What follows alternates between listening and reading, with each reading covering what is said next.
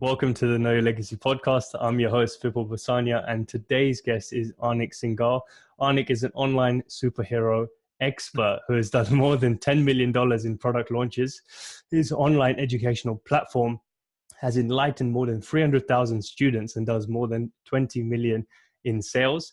He's recently published the book Escape, which breaks down the 4 stages to entrepreneurship.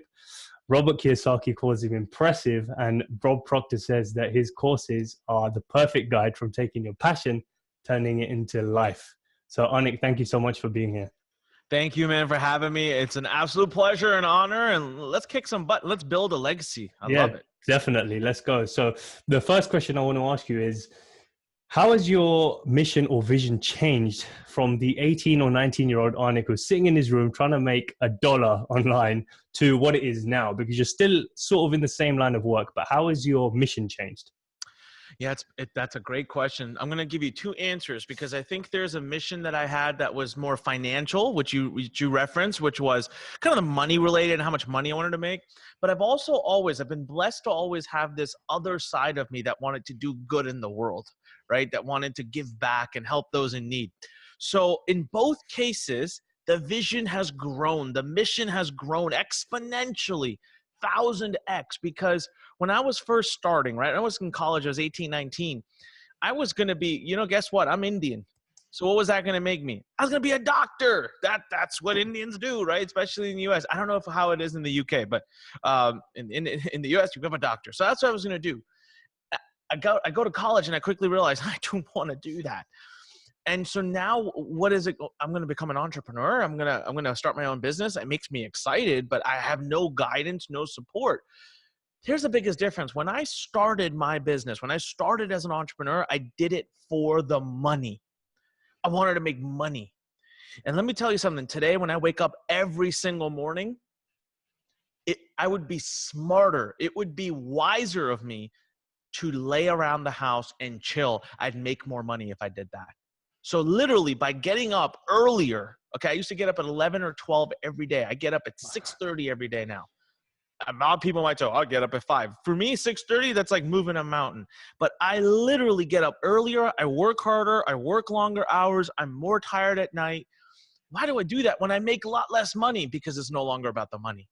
So my vision, my mission from when I was 18 or 19 to today, it's completely evolved. It's completely different. Now I'm all about the impact that my work can do. I can't lay around because every hour I lay around, there's probably 10 people whose lives don't get impacted. That tortures me. The thought of that tortures me. Number 2, let's talk about the giving back part of it. When I was 18, 19, I definitely knew one thing. Education was very important to me. I wanted to build schools. I wanted to be able to put children through schools. I wanted to build these schools that kids who otherwise wouldn't get an education. Because, the backstory to that is my father grew up in a village where they did not have electricity.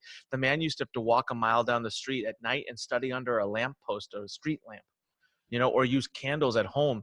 So I have no right to complain because I've always had a beautiful home and a beautiful everything. But I think about him and I said, no child should have to go through that. So ever since I was very young, I wanted to build schools.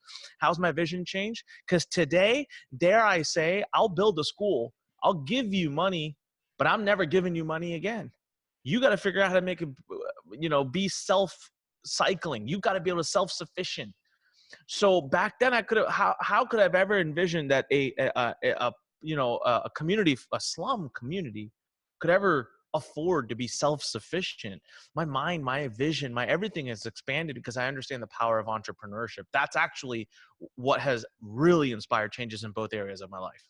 That's interesting. And there's a lot of questions that pop into my mind. But one thing I was thinking about is, I can't remember where this quote is from, but it says, give a man a fish and feed him for a day, teach a man to fish, feed him for a lifetime. And that is literally, I guess, what you're saying, because in your TED talk as well, you mentioned, stop thinking about giving money to the poverty or the poverty stricken individuals, and teach them to dream more, teach them to break those mental barriers, those belief systems, and then they can go out and achieve that money and the financial success, whatever it is for them, whatever definition it is, and they'll go and be able to create that for themselves. And I think it's the same way, because I was talking to a friend about this, and we're thinking, people that win the lottery, why do they lose it all? Like a year or 2 years later, you read about them being broke, like completely broke, and they have all these expensive assets. And it never occurred to me until I understood, money and finance, and my level of consciousness rose, that hang on, someone's just giving it to them. They're not being taught the rules. They haven't gone through the graft of understanding what it takes to earn a pound or a dollar. And so once it's given to them, all they do is spend. They don't invest. They don't use it wisely. And I guess it's the same way in terms of, what you're talking about in terms of dream centers. You want to nurture people from the ground up. I don't know if I'm right in saying that. No, you're absolutely right. In my TED talk, I give this very, very simple example, which when I ran the math, I remember it blew my mind. So in history of the world, in history of human society, we are the most giving group. Like, we're the most giving humans have ever been. $500 billion a year are donated to nonprofit causes. Okay. 500 billion. Sounds amazing, doesn't it? However, if you actually do the math, if you look at what World Bank calls extreme poverty, and if you want to help pull people out of extreme poverty, you would, I calculated, have to be giving, you as in all of us, would have to be giving $25 trillion a year, every year. So although we are the most successful at giving that we've ever been, we aren't even scratching the surface. We aren't even close to solving the poverty problem. It's because we have the wrong approach. So you know what we do? We partner up with, we go to villages in East Africa. We literally adopt the whole village. And we will basically say, you know what? We're going to micro fund 50 businesses at $500 a business. We'll give you the money. I don't want it back. It's not a loan. I don't need it back. But we're going to build chicken coops. We're going to build water delivery services. We're going to build, home repair businesses. But we build a micro economy. And guess what? We don't have to come back the next year and give them another $500. No, they start to generate income. They employ people. The whole community comes out. So we actually proved through partnership with an organization that for every $25,000 we give to a village in East Africa, we literally empower 1,000 people permanently out of the World Bank definition of world poverty. Now that is creating a change. That's creating a shift. That's actually working towards curing poverty. If I went there and just gave them $500 each, what good am I possibly ever going to create from that? That's not going to have a rippling effect. So I literally challenge people. I challenge people who give and donate money. I challenge you to demand a return. Demand a return. It doesn't have to come to your pocket. I don't get any of that money in my pocket, but I want to make sure that the nonprofit I gave it to is getting a return and that it's helping become self-sustaining. And that's that's my dream, is I want to keep planting, like I do with entrepreneurship. I plant businesses. I want to keep planting nonprofits, get them to the point where they're self-sufficient, self-running, and then plant another and plant another and plant another. And that's where my goal for impacting 1 million people and also putting 1 million children through an education. Those are my two goals. Literally want to bring 1 million people out of extreme poverty through the power of entrepreneurship. My other goal is I want to help serve 1 million children who would otherwise not receive an education to get one. I can't give my way to that. That's a lot of money, but I can empower my way to that probably pretty quickly. Yeah, that's a really good mindset shift. Instead of, giving your way, you're empowering your way there. So how is it you'd be able to monitor? Because I'm thinking that's such a vast goal. Obviously it's achievable based on what you're doing. How are you monitoring the numbers to make sure that you're on track to successfully hitting that? Yeah. So it's pretty easy to monitor because the dream centers, the schools that we built, we have 9 of them, and it's currently serving 1,100 children.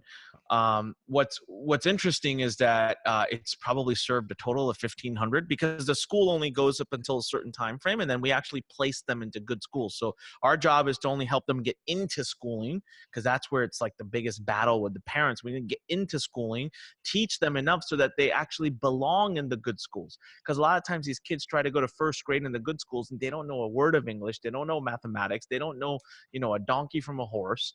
I mean, it's just they don't know. They're not taught these things. So we bring them in. We get them to the point that when they go to first grade, they are neck to neck with the rich kids, so they can actually go to those schools.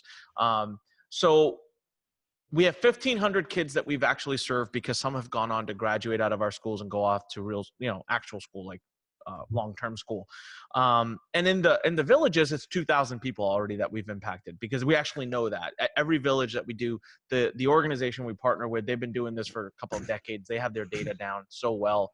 So they pull, they said every village you do, it's 1,000 people you pull out of extreme poverty. So am I on track to doing it? I mean, I just told you I want to help pull 1 million people out of extreme poverty. I'm at 2,000. I mean, like, no, I am not on track. I'm 35. I'm way behind. But the cool thing is I just started doing this 3 years ago. I did not want to go outside and take other people's money. If I'm ever going to build something or play with something, it better be my money.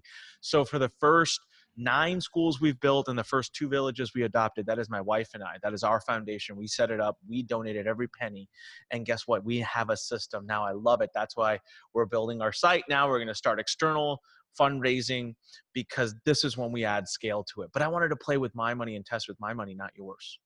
That's awesome, man. And I'm so glad that we've got someone like you in the world that's actually doing that and helping children move forward, because then only, God only knows, or the universe only knows what they're going to go on to do, because they'll have the belief that their dreams are possible, Yeah, So I appreciate that. Here's an interesting question.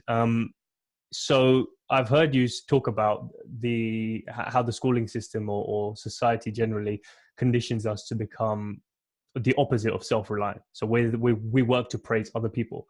Yeah. So when you're training these kids, you're often training them from a place of like their mind is a sponge. They haven't been really taught anything. They're just sort of in the village and that's it.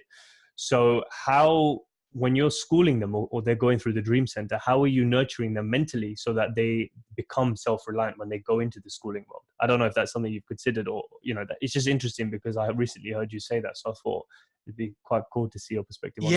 Yeah. We are absolutely nurturing them, and it's funny because these kids take me to school every day. Honestly, I realized that the limiting beliefs I have about these children, they don't have. And I was actually really embarrassed. And I tell the story again in that same TEDx talk we talked about Kunal. Kunal literally was one of my happiest, most amazing moments in the school, was also my most embarrassing moment, because here's what happened. We went to the children. This is what we do. We do this every year. We do this with the staff as well. As a matter of fact, we've had multiple staff members quit because of this exercise. Okay. So this is kind of crazy. We will have the staff and the kids do, we give them a piece of paper, we give them crayons, and we say, draw something you dream of. Draw it. Anything. Draw whatever you dream of. Now imagine a 3-year-old, a 3.5 or 4-year-old, you say, draw what you dream of. Now look, some kids, they draw the sun, they draw a tiger. You ask them, why'd you draw a tiger? And they say, I want to be a tiger, rawr, and you're like, okay, fine, like I'll play along. But what we do with these kids in return, which I love, is the next day we buy them a tiger costume. And we give them a tiger costume and say, here, you get to be a tiger. Right? So we do a lot of fun stuff. So I remember this one story. Well, by the way, the teachers, why they quit? Because they do this exercise and they realize, my dream was to become this. I don't want to work here. and we love it. We support them and help them out. But we've actually had 3 teachers quit. And the principal was like, I think I got to stop doing this exercise with the teachers now. But it's just an inside joke. We love it. And we continue to do it and continue to help them. But this the story that really just broke my heart in a good and a bad way was Kunal. And so when I was at this school, they let me lead the exercise once. It was a lot of fun. I don't get to always do it because I'm not there physically. I'm in America, but when I was there, they were doing it, so I led it. So this kid's drawing, and then they draw amazing things. They draw teachers. They draw, they'll say, I drew a nurse, I drew a doctor, I drew this. So about 70% of the kids, they don't goof around and draw tigers. They draw real things. So I thought, oh, teacher, that makes sense. Like, you respect your teacher. I saw this, I saw that. One kid, Kunal, draws an airplane. I walk right up to him. I'm like, well, what's that? And he says, I want to be a pilot. And I want to be a captain, right? Not even just a pilot. I want to be a captain. I'm like, come on. How could you dream of being a captain? This is what's going through my head. It's embarrassing to admit it. How could you dream of being a captain or a pilot? You're in the slums. You've never even seen a plane. You've never even been in a plane. I said, no, Kunal, what you mean? I'm correcting this guy's dream. It's so embarrassing. No, Kunal, what you mean is you want to be in a plane. You want to fly in a plane, right? The kid looks at me super angry. He's like, no, I want to be a captain. I want to be the pilot. And I'm like, whoa, okay. Like, I get it, right? So what we try to do is we allow these children to dream. We actually call them dream centers. We ask them to do exercises and things that make them realize that what their situation they're in doesn't have to be their situation. If they don't have shoes, we buy them shoes. If they're missing something, we make sure they're given it. We try to fill that void. Some kids come, they're hurt. Parents can't afford to take them to a doctor, so we bring a doctor. We have social workers at every single school. If we have children who have some form of emotional damage, we help heal that as well before we move them on to the next school. So we try to serve them as best as we can, but I think the biggest thing that we give them is just the ability to actually just say what they want. That's it. Simple as that. Yeah. Yeah, definitely. As you were talking as well, it's interesting because the plane analogy that you just talked about, I think a lot of us, and you can tell me if you agree, is a lot of us, instead of becoming the captain, we're conditioned to be a passenger and allow someone else to drive us and control the view that we see outside the window, right? Instead of us driving to the destinations that we want. And so, I think it's important for us to realize that regardless of the age that we are, we're just big kids. Like, so whatever, that's all we are. You know, it's funny to think that one day, you know, looking at you now, you were a 1-year-old or 2-year-old, the same age as Kunal one day. So, you know, we all had these dreams and abilities, but something happens along the way that takes us off the path. So, and one of my key team members, you know, he runs a pretty big department for me. And right before we came on here, we were out in the group in the office talking, and someone goes, "Did you know that he was only 4 years old when 9/11 happened?" And I'm like, I'm looking at him, and I'm like, "What?" I'm like, "Look how big of a thing he's doing now." Yeah, you're absolutely right, man. I can still remember when I was like 5 or 6 and the stuff that I would do. God, I think back to 18, 19, 20, and I think back to who I am today. I mean, the amount of growth I've been able to have, I'm proud. I'm proud of the growth I've had as a person. You know, and I think that that's exactly where I want to be in my life. I want to be consistently growing. Different things are important to me than they were 10 years ago. And that initially bothered me, but now I realize, man, that's growth. That's awesome. Like, that truly is awesome. Yeah, exactly. No, I think your perspectives and your beliefs should be changing or challenged throughout, because that's the only way you know that you're heading in a different direction to where you started. But so many people, right? They try to run away from that. I mean, literally, people don't want to be challenged because it's uncomfortable. Me, bring it on. Let's have a debate. Let's talk about it, because I might learn something new, because guess what? I might be wrong, and I'm okay with that. Right? Yeah. Yeah. And just on that as well, I think that you defied the concept of being Asian and becoming a doctor in those early days. For me, actually, it was a lawyer, and I actually did the degree. I qualified, graduated, but I didn't want to follow that. You know, that wasn't for me. So, but for you, engineer, lawyer, or doctor? Yeah, exactly. One of the magic three. Yeah.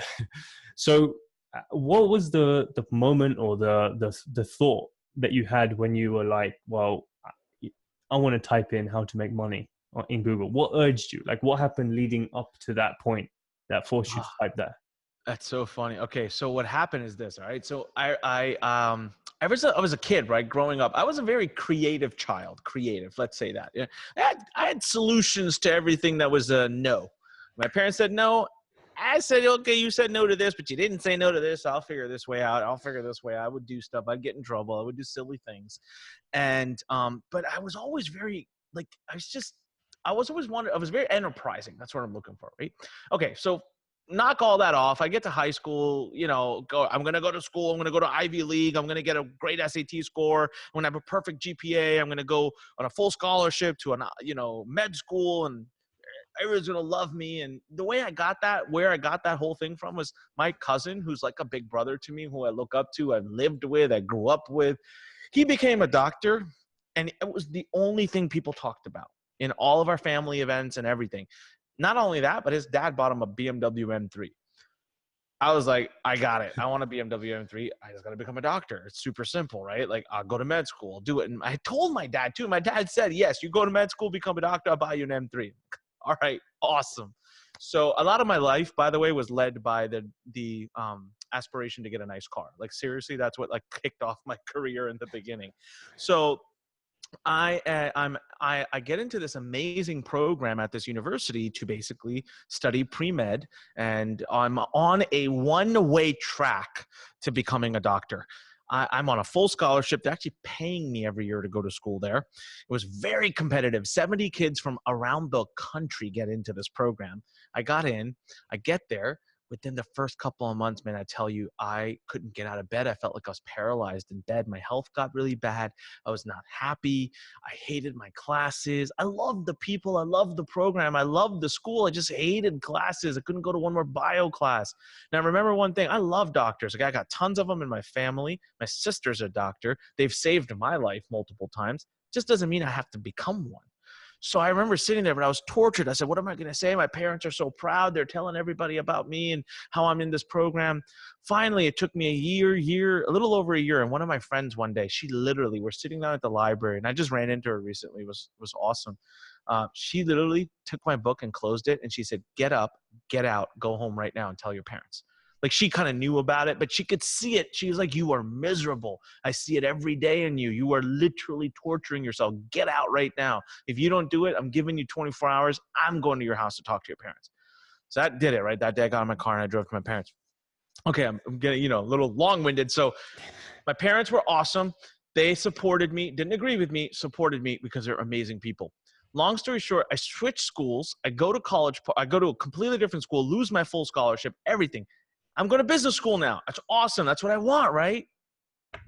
2 weeks of classes. Hate it. Didn't want to do it anymore.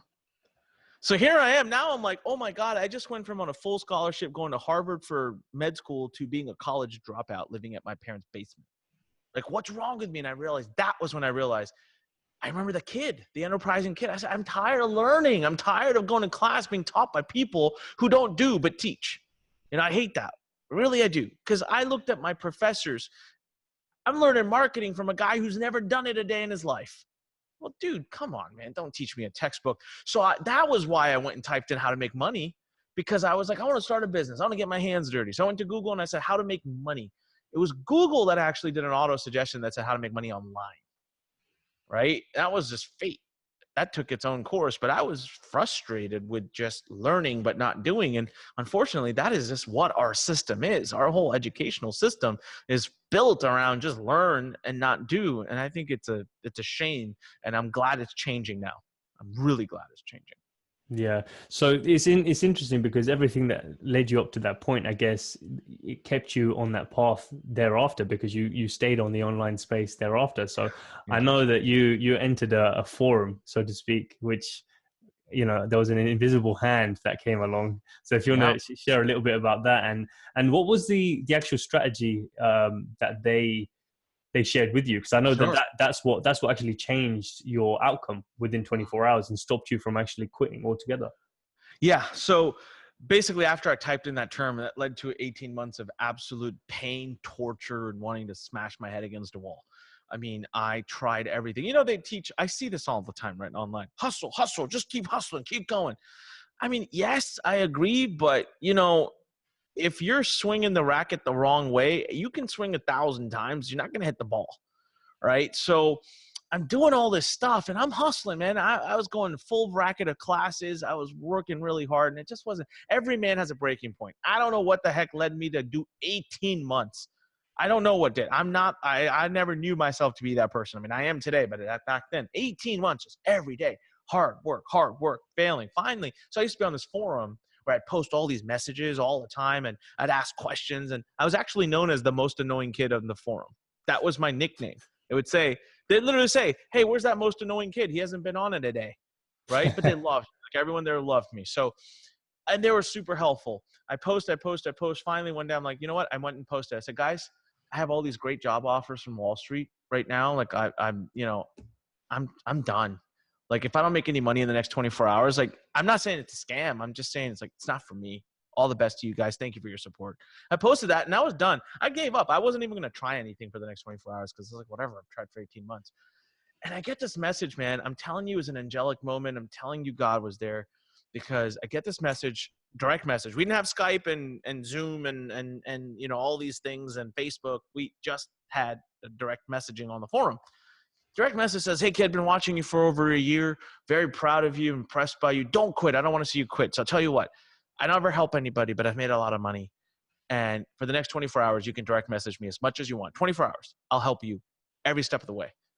And, but I won't tell you who I am though. I'm like, man, who's trolling me? Like, this is ridiculous. I'm down and out, man. You really want to come kick someone who's fallen? Like, this is sad. Right. But God, there's something in there, right? There's that voice sometimes that just says, go for it. I was like, what do I have to lose? If the guy gets a cheap laugh out of me, I don't really give a crap. I'm going to disappear tomorrow anyway. So I said, all right, I'll take you up on it. So I start messaging him back. So the tip he gave me that you asked for is, I was sending all my traffic, right? So I was out there buying traffic. I was trying everything. Like, I was trying to get traffic. And I was sending it directly to the affiliate offer, like directly to the person's sales page, and trusting that they'd close the sale for me.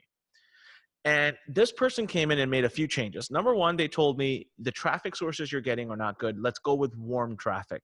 You post on the forum all the time. Did you know you don't have a signature file? I was like, what's a signature file? And he's like, seriously, you've been on this forum for 18 months. You've never noticed those little links at the bottom that people put that have their message and have a link to their offer?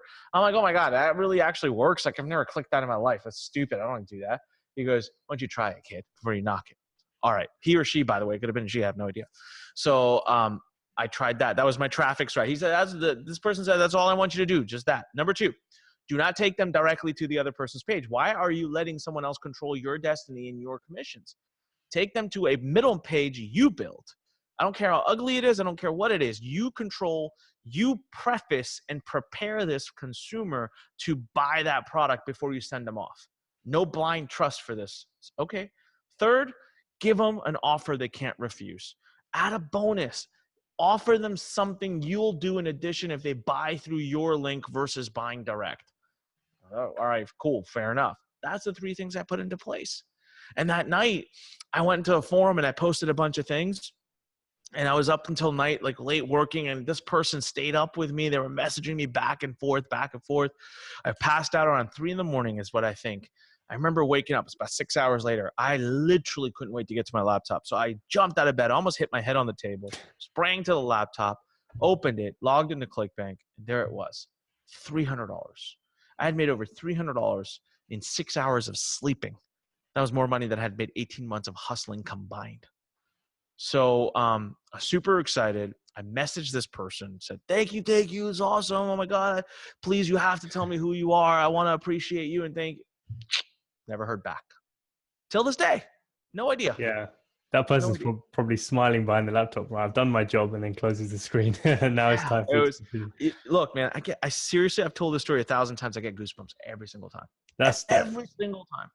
That's insane. I mean, so taking that forward years, going years down the line now, what do you see is the epic failures that people, create in their launches today? Is it similar to what you were doing back then, or do you think the landscape and the types of mistakes have changed now?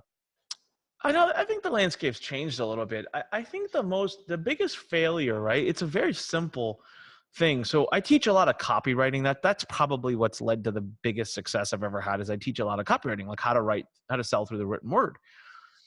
And I think the biggest failure that marketers are making, or that launches are failing because of, or that business people, forget marketers, just business people are doing, is we constantly want to shove what we think people want down their throat. And we don't just take a minute to wonder what the heck it is that people want. So my story goes to the point, right, where I built my business. Everything's great. Yay, rockstar Anik. I'm rocking the world. I'm on top of the world. I'm making millions of dollars too. Smack. Bottom. I wish I had $100 to my name. Like, I wish I could go back to where I was when I was in that college and 18 months of struggling and failing, because I was 1.7 million in debt by the time I was 27 and a half years old. 27 years old, 1.7 million in debt. My parents have to take out a second mortgage. They spent their life paying that house off. They have to take a second mortgage just to help me pay my bills. I owe American Express, Visa, MasterCard. I start drinking, borderline alcoholic. I'm ending up in the hospital every 2 to 3 years, every 2 to 3 months, bleeding nearly to death. And then I come back from that. Like, I recovered back from that. And when I recovered back from that, I remember there was a couple of cardinal rules that I learned. But so at first I had to make a decision. Am I going to go out? Because my lawyers are saying declare bankruptcy. And I'm like, I'm not going to call my father and say, "Hey man, thanks for, mortgaging your whole home, home on me.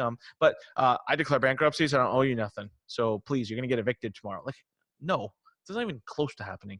So I said, I'm not going to go out like this. I'm going to climb back to the top. I'm going to figure it out. But I said, what happened? Like, how did I go from like being on top to like way below rock bottom? We're talking like negative.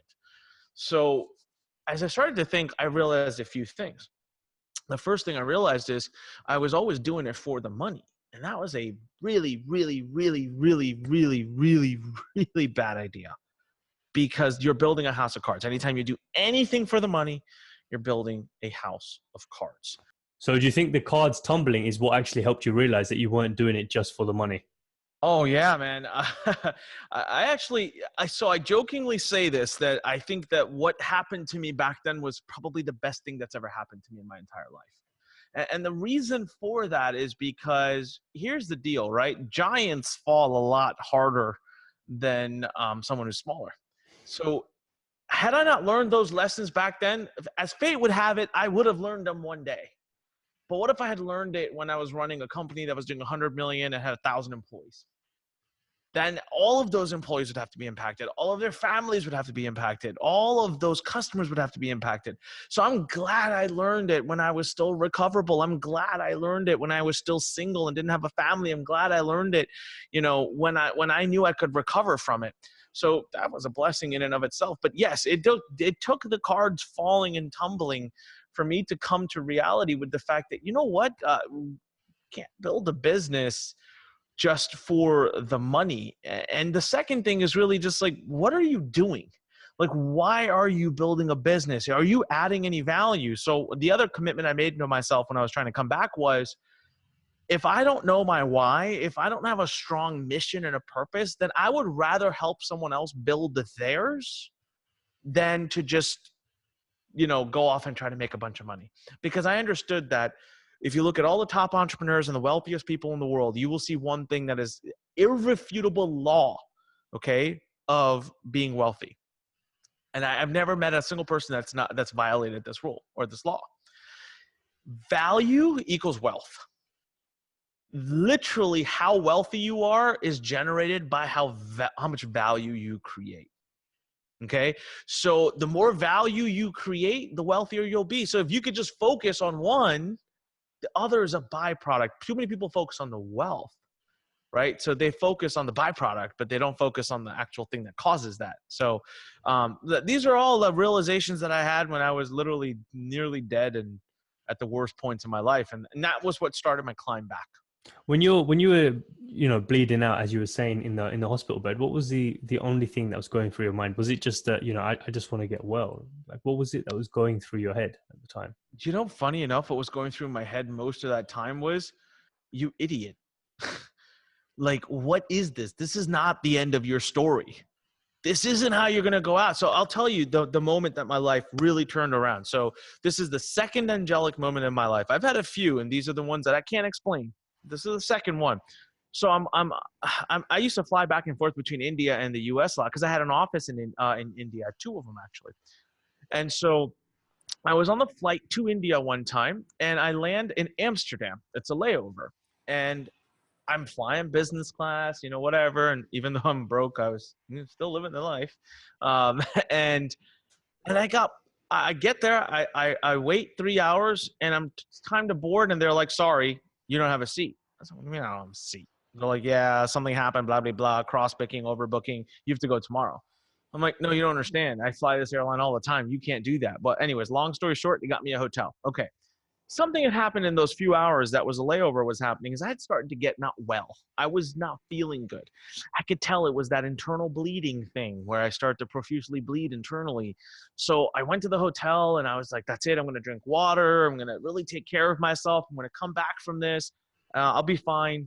By night, I'm crawled in the corner in a ball and I am sick as a dog. So what I do is I muster up enough energy to get to my computer, book a flight back home the next day. I'm not going to go to India anymore. I'm going to turn around, go back home. I want to go to my doctor's. So I still think I'm going to go back home, okay?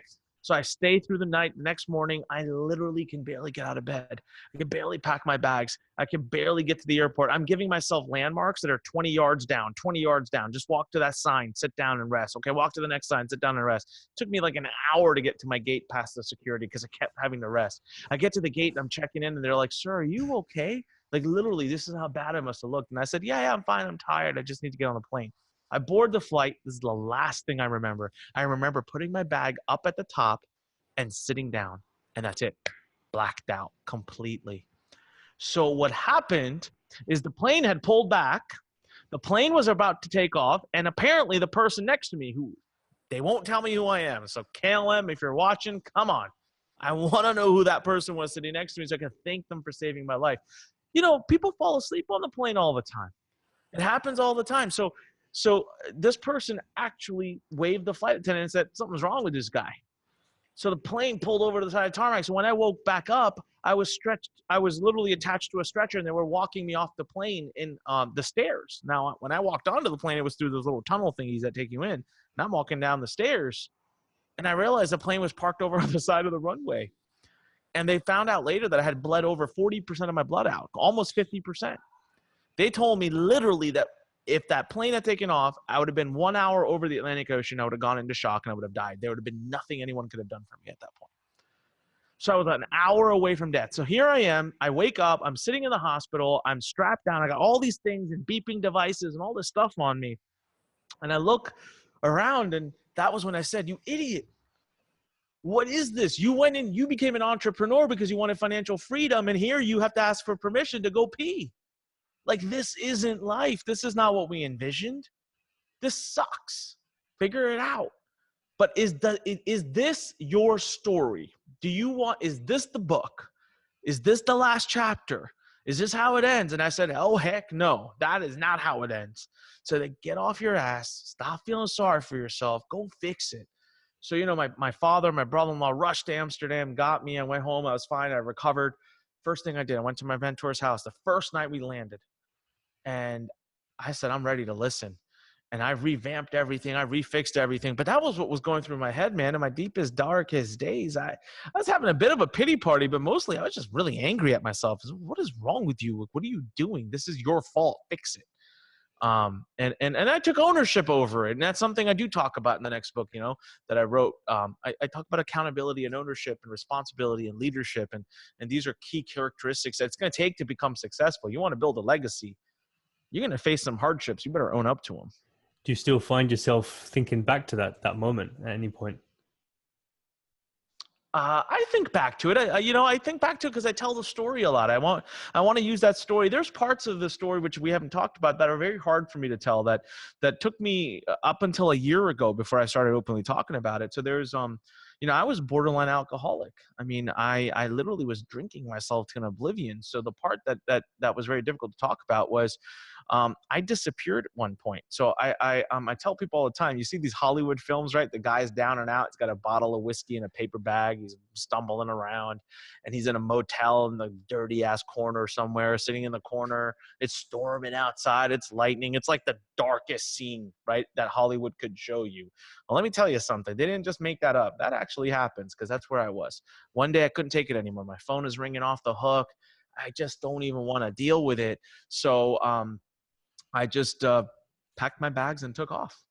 And my best friend who was working for me at the time didn't know where I was. My parents didn't know where I was. My girlfriend didn't know where I was. Where I ended up was Goa, India, in a busted up motel in the corner somewhere, drinking the cheapest liquor I could get my hands on in Goa, India. And it was storming outside and it was lightning outside. And as I was drinking this, I was looking around saying, what the heck is going on here?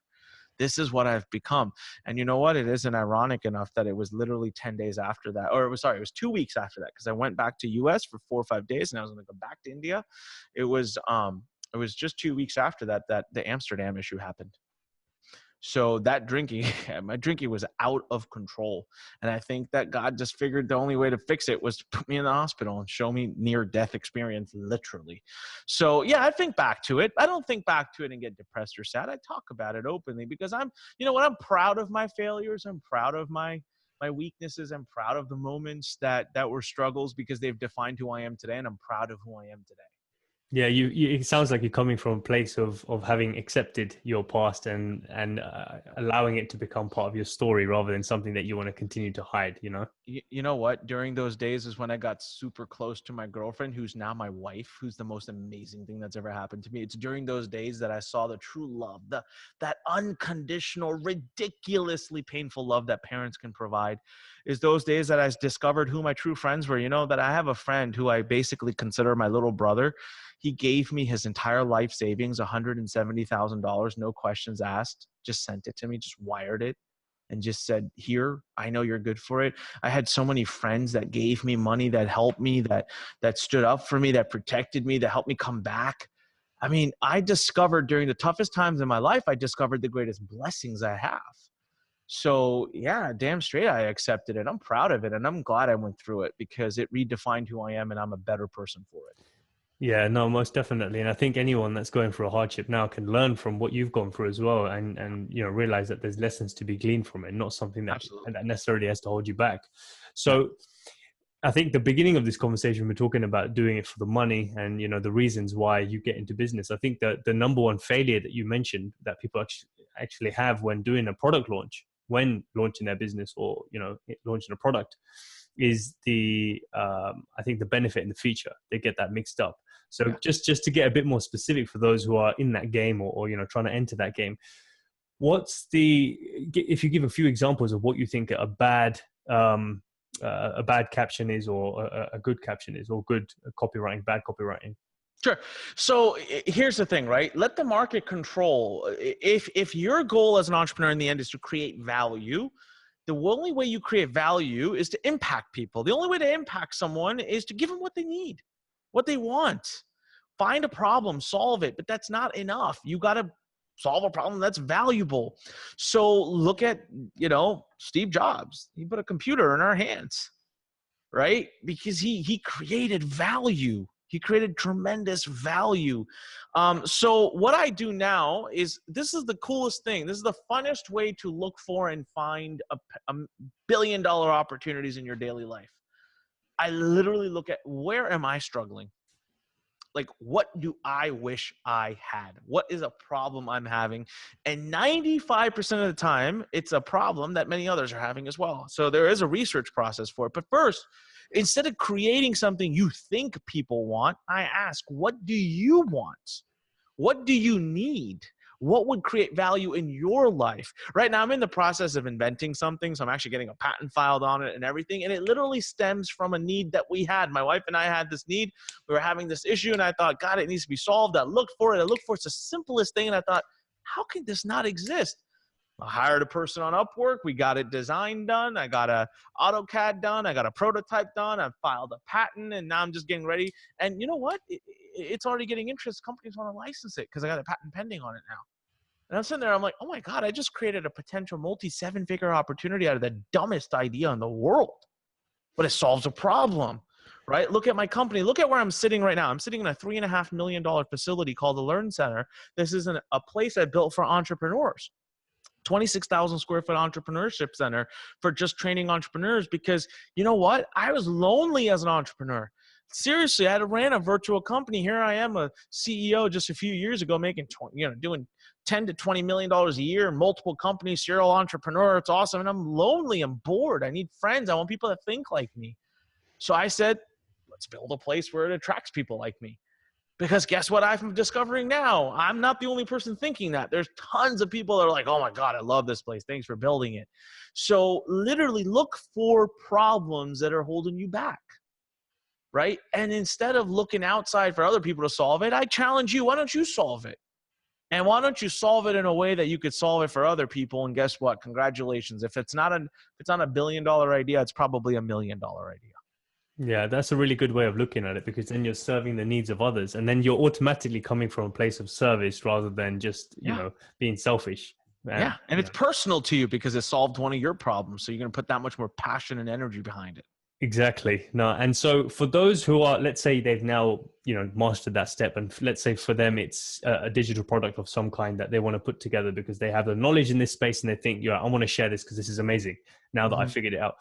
if they would, there was the beginning stages of doing a product launch, which some of the listeners or the audience are, what would you say are the beginning steps for them to check off on a checklist to make sure that it is successful, or they're heading in the right direction, if you see what I mean?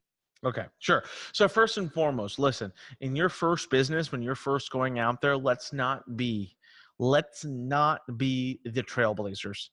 Do not go into a niche where nothing exists. Don't go in and try to build demand for something that doesn't exist. You can create a new product, that's fine, but make sure that the product and the genre and the niche that it's in, it has a big demand that's already there. My first product I ever tried to launch that I literally spent my life and soul on was a product called Better GPA. It was a PDF book written for college students on how to study and get better grades. Now, you tell me, last time you went to college, is that something that college kids want to spend their money on? I mean, beer and pizza all day long, a PDF on how to study and get better grades. You must be kidding. They're not even the ones typically paying for that college. What do they care? It's their parents. So it was completely flawed thought. But when I went first into it and I researched it, right? I did the right things. I went to Google and I went to all the keywords and I researched the idea. I was like, wow, so many people are typing in how to study. And guess what? Nobody's advertising on this keyword. Oh my God, I'm freaking brilliant. I'm going to be a multi-millionaire in the next 3 months. And then I found out not very shortly. It took 4 months of the whole building out, the whole campaign out. And 4 months later, I'm like, I think I know why no one's bidding on this keyword anymore now. So really look for, I always say this. If you can think and operate out of, at least for your first business, okay, for your first big entrepreneurial endeavor, if you can operate out of a place where you're trying to get a tiny sliver of a huge pie versus a big sliver of a small pie, you are going to be better served. And cut your teeth with a safety net. Walk the line with a safety net underneath of you, jump out of the plane with a parachute on. And that is going to be a way easier way to create momentum. That's another thing we talk about in the escape book, right? That's stage 2 is create momentum, catapult. And a lot of people just don't do that. A lot of people want to go straight. They want to take the elevator. They want to take the escalator. And I say, take the steps. Always take the steps. That's how you got to get there. So another way to test it is to simply test it. Put together what we call vaporware. What's wrong with vaporware? It's literally been done in Silicon Valley for ages. I wish I was the one who invented this. Go ahead and Google it, vaporware. Software companies used to do it all the time. Instead of investing 2 years in developing the entire software before they could pitch a VC to get some money for it. I mean, obviously, how could they even, that's why they want the money. They need to hire the developers to build it. What they would do is build a UI. They'd build a graphics. And then they just happen to make it. So if you click here, it'll go to this graphic. You click here, it'll go to this. It's just a series of graphics. It wasn't actually anything working. But that would give the VC, and now they're honest about it, that this is what it is. And that would give the VC a very accurate kind of idea of what they were going to build. And then they would get the money and go build it. So my question is, why can't you test a niche before you go off and spend months like I did trying to build a product for it? Why don't you run a $200 worth of ads to see what kind of cost per clicks you're getting? Why don't you go ahead and run ads to a survey and ask these people what they really want or what they really need, or write some blog posts and send traffic to the blog posts and track what kind of engagement it gets, and have data and do actual well thought out calculated risk taking. Another thing we talk about in the escape book, right? Calculated risk taking. That's literally part of authority. It's part of stage 3. So actually know your numbers the best that you possibly can before you start. These are the kinds of things that are literally going to, when I say cut your chances of failure, I'm talking by like 70, 75%, not a small cut. These are big, big cuts. These literally remove some of the biggest barriers. They'll hold you, they will stop you from doing some really stupid things. I think some people listening, yeah, definitely, they can easily make that mistake because you come from an ego-driven place of, I think this is a really good idea, so I'm gonna put it out there. But then you end up being the only one that's gonna buy it. So you would be surprised, man. It's crazy. I see it happen the most. It's literally the simplest thing I see done the most. I've trained over 250,000 entrepreneurs all over the world at this point, 15 years, okay, all over the world. This is literally the number one thing I see done. People running into ideas just because they think it's a good idea. And a lot of times I evaluate business proposals and business deals all the time. Sometimes I look at an idea and I'm like, why? And they can't answer the why. If you can't answer the why, I'm telling you, it just run the other way. They just, because it's a great idea. No, no, no, no. That's not a why. Why this product? There's already 5 of them. Let's just like it. Well, it's faster. Okay, but is that really why? Like, come on, man. What's the disruption? What are you going to do? Where are you going to serve? How are you going to help? Why you? If you're publishing, if you're selling a digital content, like, why you? You know, versus someone else. Like, why me right now to teach entrepreneurship? Well, because I've literally spent years researching it. It's become an obsession. I travel the world meeting people to research them just so I can write books, write articles, and write programs to help teach it. That's why me. Just because someone's a successful entrepreneur doesn't mean they can teach others how to become a successful entrepreneur. So I gotta have a why me. Like, why you? Why your company? Why your product? And man, I gotta tell you, even some of the successful people walking around today, they can't truly answer that question. They really can't. And unfortunately, if you can't answer that question, I don't want to sound rude or give you a wake-up call, but you're sitting on a house of cards right now. If you can't answer that question, the tumble is not far. It's eventually going to happen. Eventually, it could take years, but it will happen. Do you think that's happened with any of your product launches in the past, where you thought, you know, this is the one, this is going to do amazing? You've predicted all the numbers, you've done everything, and then the day of the launch, it just crashes in front of you? Are you kidding me, man? Probably like 30-40% of them. You just don't hear about them because I make sure that they don't get publicized. There's one in particular called Empire Formula. That was going to be my savior. So when we were 1.7 million in debt, I put everything into that product. It was going to be my savior. And it was going to pull us out of debt because everybody was launching back then $2,000-$3,000 programs and making $2-3 million. And I said, well, that would be perfect. If I do 3 million in sales, pay affiliates 1.5, I got 1.5 million. That pays back most of my $1.7 million in debt. Yay, I'm back on top. So I put all eggs in one basket. Sit right here. We're going in Empire Formula. I thought that reason people were succeeding is because they were selling a program for $3,000. So I made the automatic assumption, doesn't matter what the heck the program is, as long as it's $3,000, people will buy it and I'll be saved. So I said, well, what can I teach that's worth $3,000? I know what it is. How to build a business from 0 to $10 million a year. The 4-stage process, phase 1, phase 2, phase 5-stage process, Empire Formula, $3,000 program. I'll take you from 0 to your first 100,000, to your first 300,000, to your first million, to your first 3 million, and then to your first 10 million, or something like that. And didn't test it, didn't play with it, didn't even serve it. I had an email list. I could have simply asked them, like, does this even interest you? I didn't even bother. I just went and ran. It took months. I put everything into it. We launched it. It was a debacle. It was It was horrible. Made my debt worse. And that was it. After that, I had to. So I did it for the money, though. I didn't do it for what I was doing. So you know what? Our company, we needed a boost recently. I was like, I need to see, let's get to the next level. Like, our growth isn't fast enough. Like, I want to growth hack this thing, whatever that's called, like whatever it is. Let's figure it out and do it. Okay. Let's growth hack. And everyone's like, well, we could do this, we could do that. And it was so crazy. You know what I was saying to them? I was like, wrong reason, not aligned with the purpose, not our why. No. And then everyone's like, Anik, your book is ready. Like, maybe we should push that up, launch it sooner. And I thought, I love that idea. I was like, forget about growth hacking, man. I just want to get this book out sooner. I love it. I love this book. People need to read it. People need to see it. Let's do it. Right? I did it all for the right reasons.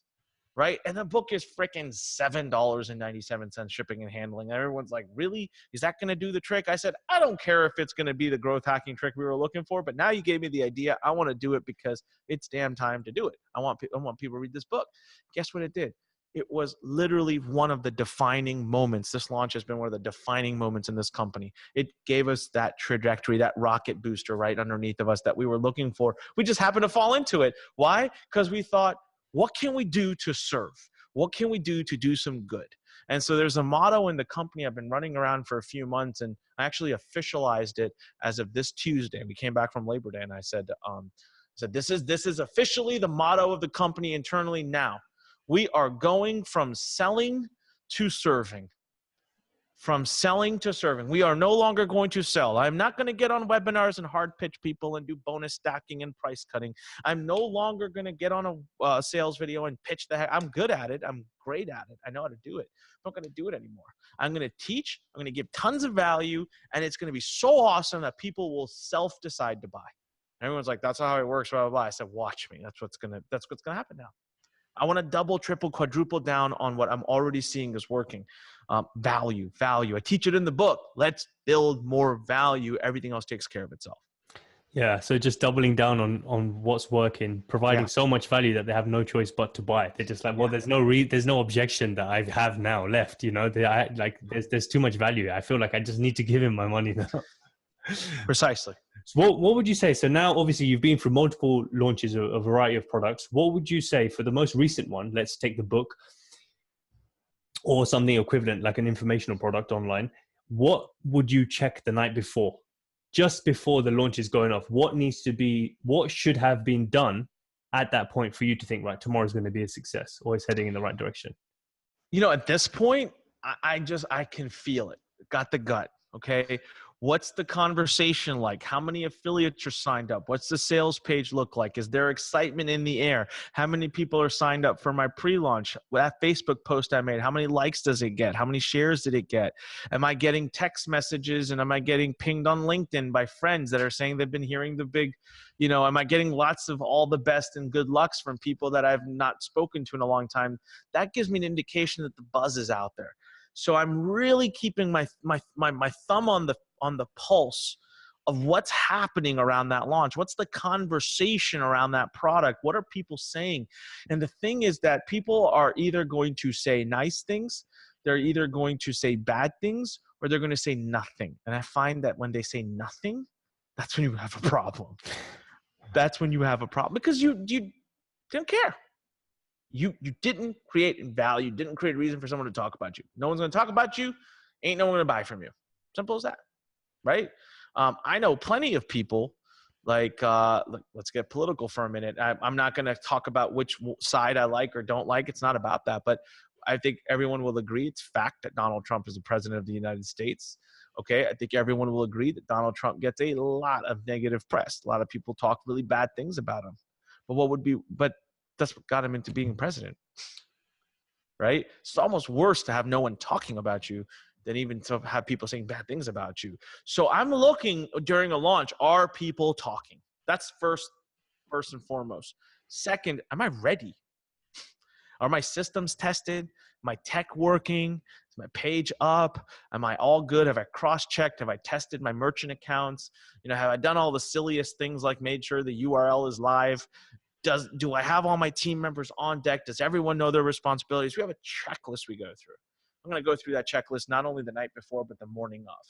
So when I feel good, when I feel prepared, that typically is a sign that we're going to go well. And typically, if I'm still scrambling, launch goes live at 10 a.m. and it's 9:57 and I'm still scrambling, it's typically a sign it's not going to go well. And I can imagine you've probably been through something like that before from what you were saying. Many times, unfortunately. Yeah. So where do you see, where it's Lurn specifically is obviously all about, as you said, going from selling to serving. So where do you see that going over the next few years? Yeah, sorry. I just see that there's a huge sunspot on my head here. No, it's fine. We have a very specific goal that we're already in the process of crushing. I think we're going to cross that very, very with a lot of margin left. So by the end of 2019, Lurn wants to have 1 million people in our virtual network. It's free to join our online education platform for entrepreneurs. And as of the time that we're recording this, we have 120,000 already, of which I think 75,000 have come within the last 30 days. So we're really scaling up the effort. It's getting out there. We're very blessed to have it getting out there and so many people. And so I'm really excited about that. And then secondly, we have a goal of in the next 5 years to hit 10 million. So I think we're going to crush past that as well. So really for us, man, it's about the masses. It's about the impact, and it's about exactly what your podcast is about. It's legacy. So I want to know, I told my team this, I said, in 5 years, if someone says the word entrepreneur, I want the second word in their mind to be learn. That's our mission. I like Once that. we Yeah. have that, we know we've made an impact. Yeah, definitely. No, I love that, and I think you're definitely on the way to making that happen. So, for those, just to touch quickly on because I just remembered another question that my audience wanted me to share was for those that are preparing for wanting to launch their own products, but before they do, I think you said that obviously it's important to test what it is that they want to put out there. What would you say are the best ways to test that, to ensure that, okay, I'm getting the green light, from the people I'm putting this out to know that it's good enough to go out there? Sure. So first and foremost, if you've got even a small audience, or just do a survey, just ask them. Okay. And do this. Of the people that say yes, divide that number by 3, because 66% are probably lying. That's literally the margin I use. Like if I get 70% to say yes, they want something, I'm just going to automatically assume the real number is closer to 20 to 25%. But that's a big enough number, right? Like if 20 to 25% of my database wants something, like that's probably a pretty big number, right? But if I got a thing that 30% said yes, I'm like, oh crap. Like I got a problem, right? Like probably only 10% actually want it. Like maybe it's not worth my time. So a quick survey, a skeptical survey, as I call it, would be very helpful. Look for competition. Competition is good. You know, McDonald's came out. Was that the last, was McDonald's the first and last burger franchise? They pop up till this day, every day. Who cares? Nobody cares. Pizza Hut came out. Was that the last pizza franchise? Coca-Cola came out. Was that the only soda that we drink? I mean, I could keep going, guys. You know, Sega Genesis was out, or Nintendo came out first. Was that the only video game that we've ever played? Like, competition is good. It's okay to be second, third, or fourth. It really is, especially in your first business. So I want to make sure there's some kind of similar product out there for me, so that like the one I told you that I invented, it doesn't have a product that exists at all, but it's also going to probably be my 15th company. I've got a lot of experience under my belt. I know how to create a market. And the biggest thing I know how to do, or the biggest thing I have that I can use? Money. I actually have cash that I can invest in advertising and invest into the company to burn, to build that audience. I can invest for the long term. So I got things now, right, that allow me to create markets. But when you're first starting, don't create a market. Simply find one and serve it. And so I want to look for what my audience is asking for. I want to look to see if other people are doing something like what I'm doing, or other people paying for something like what I'm asking them to pay for. Those are look, if you find someone else that's doing it and they're making good money at it, that's it. You're good. Test done. Go out and do Then it better, comes, do bigger. then as you just said, do better. It comes down to, the question you said earlier is, why me? Okay, that Yeah. person's doing it, but then you want your specific audience to pinpoint why they should choose you over that person. So no, that makes complete sense. So, okay, just to go into the final few questions, the first of which is, with everything that you've now learned along your journey, all the failures and all the triumphant moments, is there anything different you'd tell the 18-year-old Anik? Focus. I would tell the 18-year-old old Anik to focus, stop bouncing around. There's a story I remember from my childhood that I talk about in this book. I call it The Red Door. And I would remind my 18-year-old version of the Red Door story. It was when I was very young, our elementary school used to do these fundraisers. We would sell gift wrapping paper. We literally go door to door, knock on the door, sell gift wrapping paper. And all the money would go to a charity. So they told us. I had my doubts, but anyways, I would be there. I'd be their sales guy. I was a really quiet kid. I was a really, really shy kid, but for some reason, the prizes they offered, right? So this year was mountain bike, beautiful mountain bike. My bike was a piece of junk, and there was no money for a new one. So I wanted that mountain bike. So I sat down, I drew my neighborhood, man, house by house. I drew it, right? Actually, growing up, I wanted to be an architect, so I used to draw all the time.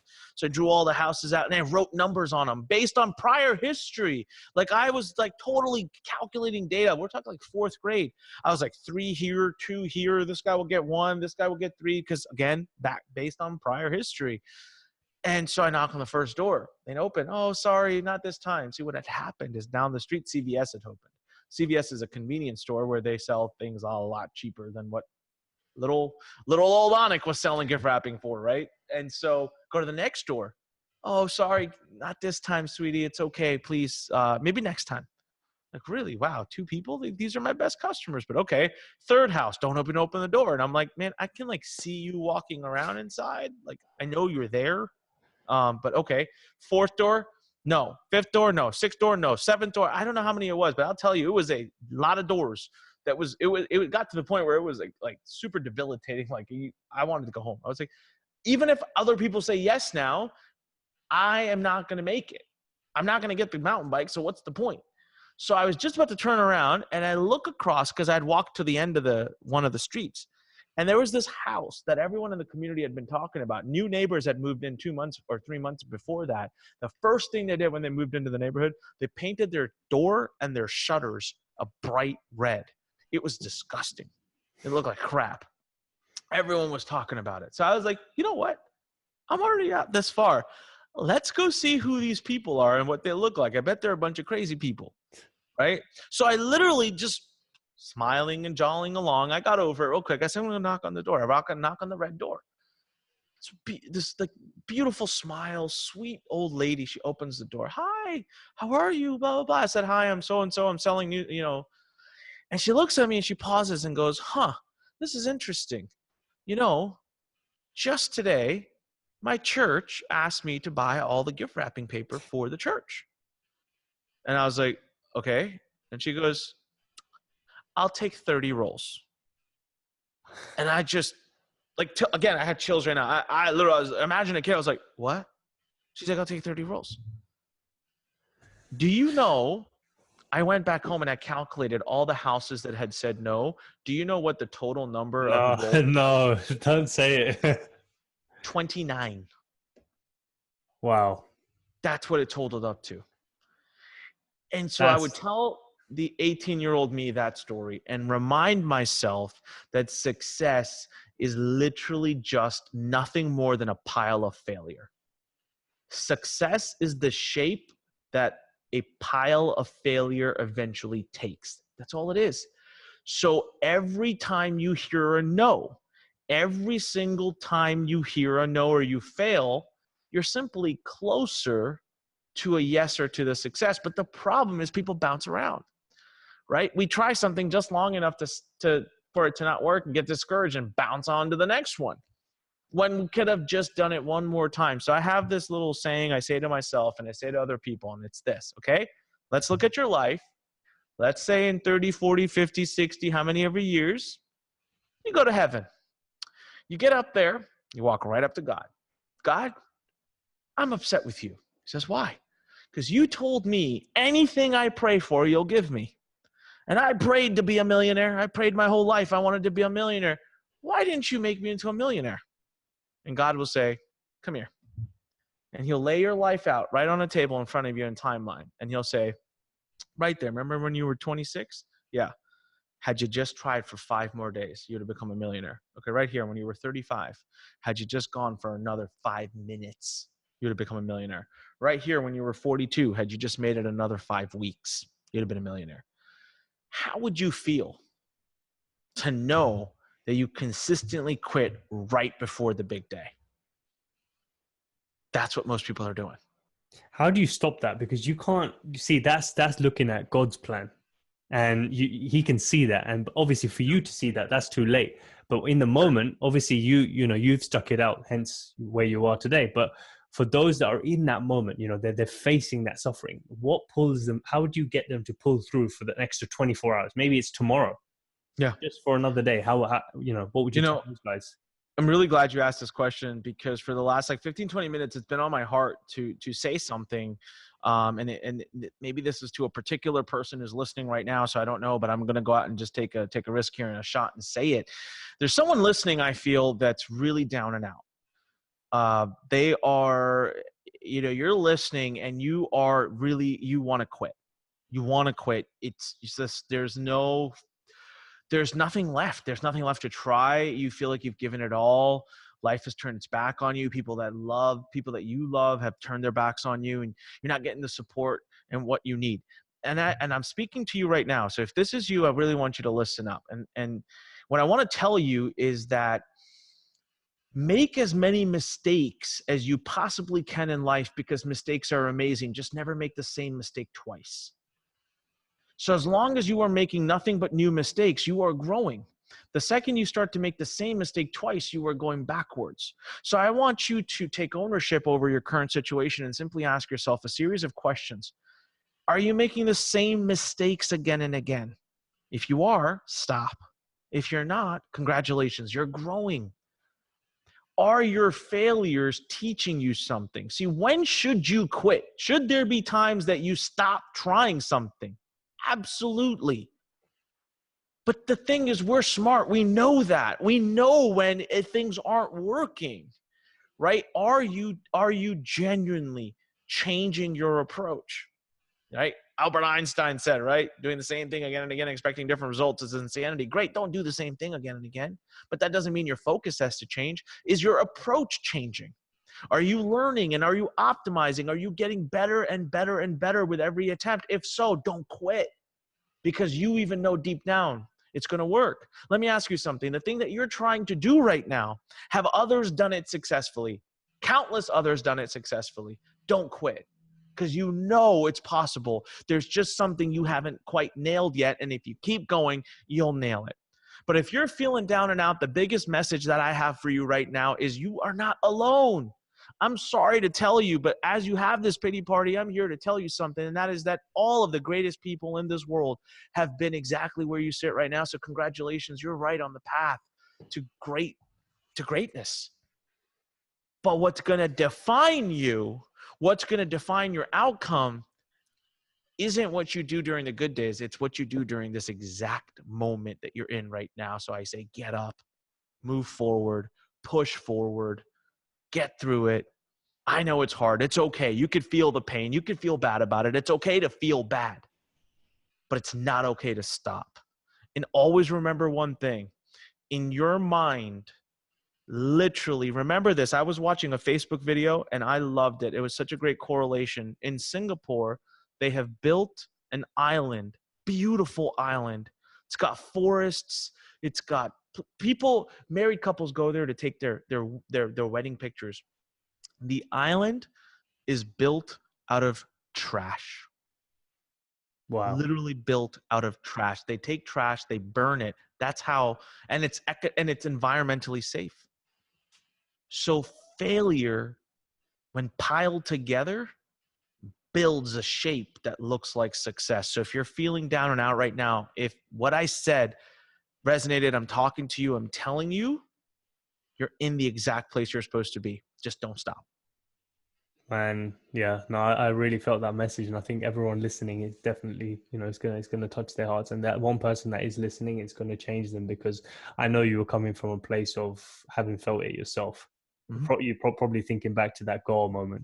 That's what it felt like. Yeah. So, no. Yeah.